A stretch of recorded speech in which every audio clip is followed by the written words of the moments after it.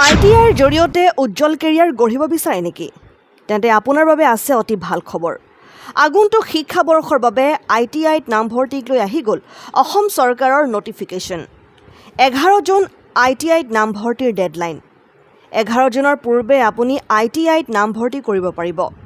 আজমল CSRৰ দ্বাৰা পৰিচালিত ARTDCত চলি আছে নামভৰ্তি প্ৰক্ৰিয়া। ৱায়াৰমেন, ইলেক্ট্ৰিচিয়ান, প্লাম্বাৰ, ফিটাৰকে ধৰি সকলো বিভাগ উপলব্ধ এইখন ITIত।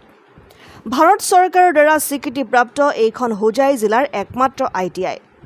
11 জুনৰ পূৰ্বে আপোনাৰ নামভৰ্তি নিশ্চিত কৰিবলৈ বদ্ধপৰিকৰ ARTDC। অভিজ্ঞতা সম্পন্ন প্ৰশিক্ষক, সা-সুবিধাৰে পৰিপূৰ্ণ লেবৰেটৰী আৰু হোষ্টেলৰ সুন্দৰ সুবিধা উপলব্ধ এইখন ITIত। আজমল CSRৰ এটি সংস্থা মৰকজুল মাৰিফৰ দ্বাৰা পৰিচালিত এই ITIত নামভৰ্তিৰ বাবে আজি এই ওপৰত দিয়া নম্বৰত যোগাযোগ কৰক।